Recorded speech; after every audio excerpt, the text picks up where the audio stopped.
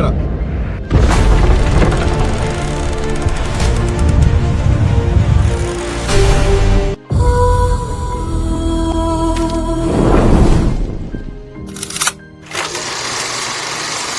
Video పూర్తి వరకు చూడు.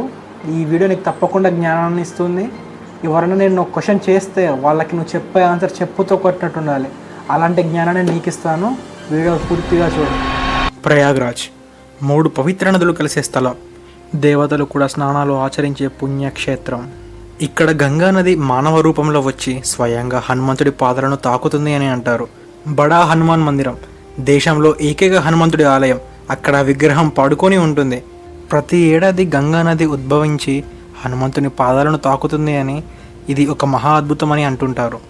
కొన్ని స్థానిక కథల ప్రకారం హనుమంతుడు రాముని సేవ చేయడంలో అలసట చెంది ఇక్కడ విశ్రాంతి తీసుకున్నాడు అని అంటారు.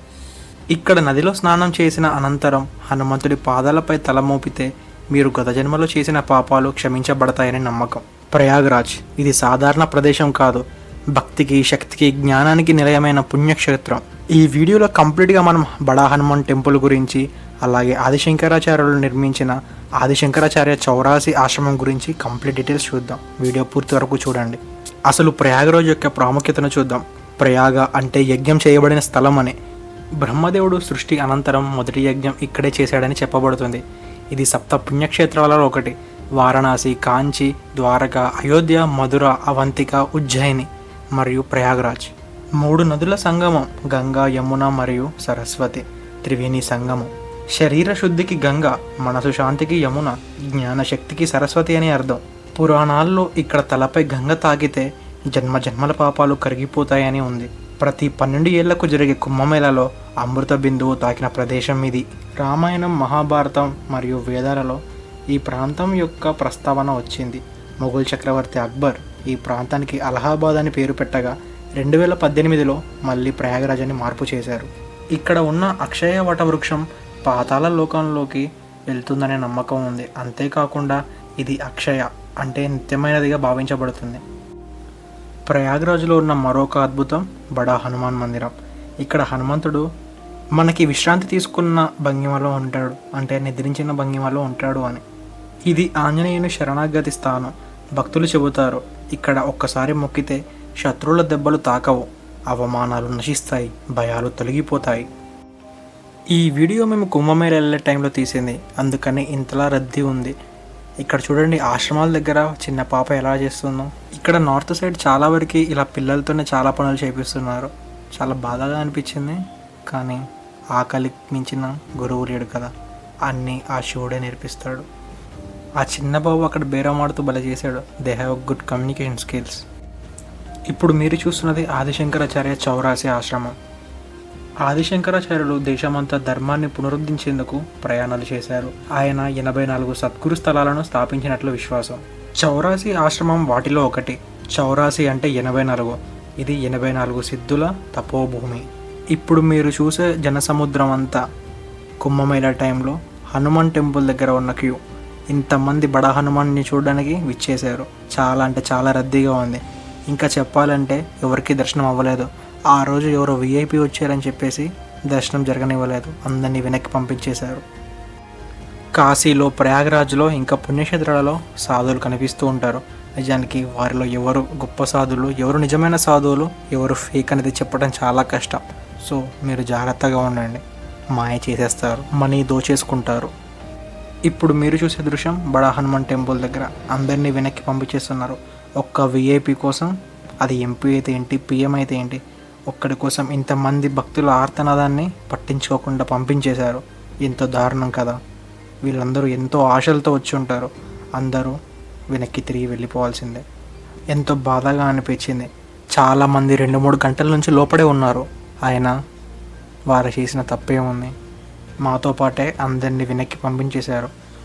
మన దేశంలో పేరు ప్రఖ్యాతలు, డబ్బు, హోదా ఇవి మాత్రమే దేవుడిని చేరుకోగల సాధనాలని అనుకుంటున్నారు. పిచ్చివారు, నిజంగానే పిచ్చివారు. మాకు ఎలాగో బడా హనుమాన్ టెంపుల్ దర్శనం దొరకలేదు, అందుకని అక్కడ ఉన్న చిన్న చిన్న టెంపుల్స్ అన్నీ కవర్ చేసేసాం. చాలా అంటే చాలా అద్భుతంగా ఉంది ఈ ప్రయాణం. సో మీరు తప్పకుండా మిస్ అవ్వకుండా చూడండి. ఇంకోసారి ప్రయాగరాజ్ ఎప్పుడైనా వెళ్ళినప్పుడు తప్పకుండా వీటన్నింటినీ చూడండి. అయితే ఇప్పుడు కొన్ని ఇంట్రెస్టింగ్ విషయాల గురించి చెప్తాను. ఇవి మీరు ఎక్కడ విని ఉండరు. యాక్చువల్గా ప్రయాగ్రాజ్ని పూర్వకాలంలో ఇల్వారా అని పిలువబడేది.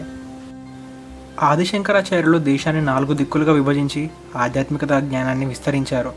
అలాంటి ఆయన స్థాపించిన 84 సిద్ధపీఠాల్లో ఒకటి చౌరాసి ఆశ్రమం. బడా హనుమాన్ టెంపుల్కి పక్కనే రైట్ సైడ్లో కార్నర్లో ఉంటుంది ఈ టెంపుల్ని. అస్సలు మిస్ అవ్వకండి. నిజానికి మతాలు కులాలు ఏమీ పట్టింపులు లేకుండా నేను ఇక్కడ చాలామంది ముస్లిమ్స్ని కూడా చూశాను ఈ టెంపుల్లో. ఎందుకు ఈ టెంపుల్లో అడుగు పెట్టగానే మనసు మొత్తం చాలా ప్రశాంతంగా మారింది. అక్కడ హనుమంతుడి దర్శనం దొరకలేదన్న బాధ, కోపం, చిరాకు ఇవన్నీ ఒక్క క్షణంగా మటుమాయమైపోయాయి. సాక్షాత్తు అమ్మవారు అయ్యవారే పిలిచి మరీ దర్శనం ఇచ్చినంత తృప్తిగా ఉంది. చూసారా శివుడు ఎలా ఉన్నాడు, రాధాకృష్ణులు, అలాగే అమ్మవారు. సో ఇలాంటి కలయిక నేను ఎక్కడా చూడలేదు. చాలా అంటే చాలా బాగుంది. ఈవెన్ నేను ఇది 2వసారి కాశీకి రావటం. అండ్ ఈ ప్రయాగ్రాజ్లో నేను ఇలాంటి ఒక టెంపుల్ని చూడలేదు ఇంతకుముందు. చాలా అంటే చాలా ఆశ్చర్యంగా అనిపించింది. చాలా అంటే చాలా బాగుంది కూడా. ఇక్కడ నాకు మళ్ళీ చాలామంది ఫోన్లలోనే బిజీగా ఉన్నారు.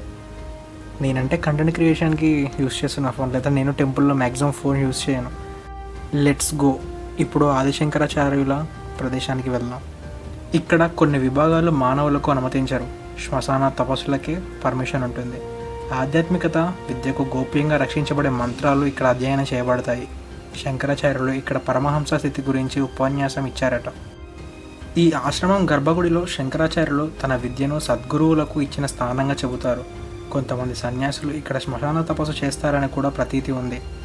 ఇది ఒక రహస్య విద్యాస్థలం. ఈ ఆదిశంకరాచార్యుల ఆశ్రమంలో 3 ఫ్లోర్స్ ఉన్నాయి. కింద ఫ్లోర్లోనేమో అమ్మవారు ఉంది. సో చాలా అంటే చాలా బాగుంది. కాళికామాత కూడా కనిపించింది. It's very crazy. Then second ఫ్లోర్లో వెంకటేశ్వర స్వామి దర్శనం ఇచ్చాడు. చాలా అంటే చాలా బాగుంది. 12 జ్యోతిర్లింగాల కాన్సెప్ట్ని రిప్రజెంట్ చేస్తూ ఇక్కడ కొన్ని లింగాలను ప్రతిష్ఠించారు. లైక్ ప్రతిష్ఠించడం అంటే ఇక్కడ రిప్రజెంట్ చేశారు. ఒక్కొక్క జ్యోతిర్లింగం ఎలా ఉంటుందన్న రిప్రజెంటేషన్ లాగా దీన్ని పెట్టారు. చాలా అంటే చాలా బాగుంది. ఇక థర్డ్ ఫ్లోర్లో ఆశ్చర్యం కలిగించేలా శివలింగాన్ని నేను చూశాను. ఇట్స్ సహస్రార శివలింగం. చాలా అంటే చాలా అద్భుతంగా ఉంది కదా. ఇది టాప్లో ఉంది, థర్డ్ ఫ్లోర్లో ఉంది. చాలా అంటే చాలా బాగుంది. ఇక్కడ నుంచి వ్యూ కూడా చాలా బాగుంది. ప్రయాగ్రాజ్ మొత్తం ఇక్కడ నుంచే కనిపించేస్తుంది. చూడండి ఎంతమంది జనం కనిపిస్తున్నారు. లైక్ ఇది కుంభమేళ టైం కదా, సో అందుకని చాలా క్రౌడ్ కనిపిస్తుంది. చీమల్లా ఉన్నారు కదా. సో అది మరి ఇది శంకరాచార్యుల ఆశ్రమంలోని విశేషాలు అన్నమాట. చాలా బాగుంది కదా. 3 ఫ్లోర్స్లో డివైడ్ చేసి ఒక్కొక్క ఫ్లోర్కి ఒక్కొక్కరిని అలా పెట్టారు. అమ్మవారిని, వెంకటేశ్వర స్వామిని, దెన్ టాప్ ఫ్లోర్లో శివుని చూసా. చాలా అంటే చాలా క్రేజీ ఎక్స్పీరియన్స్. ఈసారి మీరు ప్రయాగ్రాజ్ వస్తే ఆదిశంకరాచార్యుల చౌరాసి ఆశ్రమం అస్సలు మిస్ అవ్వకండి. నేనైతే ఫుల్ హ్యాపీ. ఎందుకంటే అక్కడ బడా హనుమాన్ దగ్గర దర్శనం అవ్వలేదని ఎంత సాడ్నెస్ అయితే ఉందో, ఈ ఆదిశంకరాచార్యుల ఆశ్రమానికి వెళ్ళాక సో అల్టిమేట్ అన్నమాట. 3 ఫ్లోర్స్ని డివైడ్ చేసి వెంకటేశ్వర స్వామిని, అమ్మవారిని అండ్ టాప్ మోస్ట్లో శివలింగాన్ని అలా పెట్టేసరికి హైలైట్. అండ్ ఈవెన్ అది సహస్రార శివలింగం అనమాట. అంటే 1008 ఉంటాయి అనమాట దాంట్లోనే శివలింగాలు చిన్న చిన్నవి. So it's crazy. సో మళ్ళీ మేము రిటర్న్ అవుతున్నాం ఇప్పుడు తిరిగి కాశీకి. సో కాశీ వీడియోస్ కూడా చాలా చేశాను. సో కాశీ ఘాట్స్ 84 ఘాట్స్ కాలినడకి నడిచాను. ఆల్మోస్ట్ 2 పూటలు పట్టింది నాకు. సో చాలా అంటే చాలా క్రేజీ ఎక్స్పీరియన్స్ ఇది. కుంభమేళ టైంలో వెళ్ళాను and it very very very important life lessons నేర్చుకున్నాను అనమాట ఈ ప్రయాణంలో.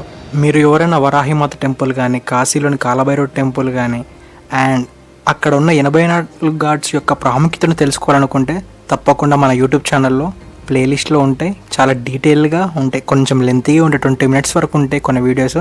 సో అస్సలు మిస్ అవ్వకండి. It gives you good experience and knowledge.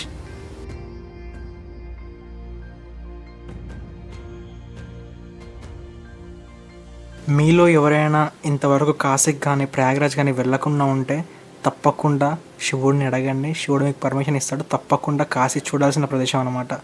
Even మీలో ఎంతమంది ప్రయాగ్రాజ్ వెళ్ళారు, త్రివేణి సంగమం దగ్గర మీ ఎక్స్పీరియన్సెస్ ఏంటి, కాశీ విశ్వనాథుని ఎంతమంది దర్శించుకున్నారు కామెంట్స్లో చెప్పండి.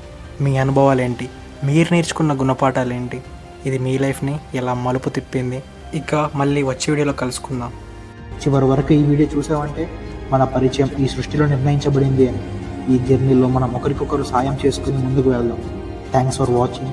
Do subscribe. సర్వం శివం జగత్.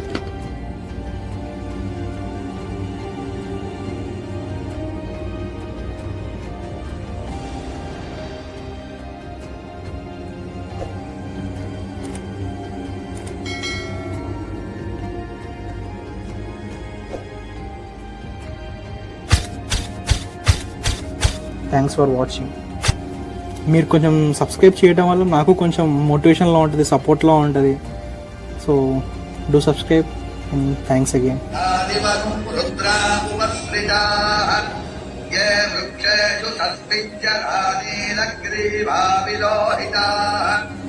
ये भूतानामधिपतयो विशिखासक्कवर्तिनः ये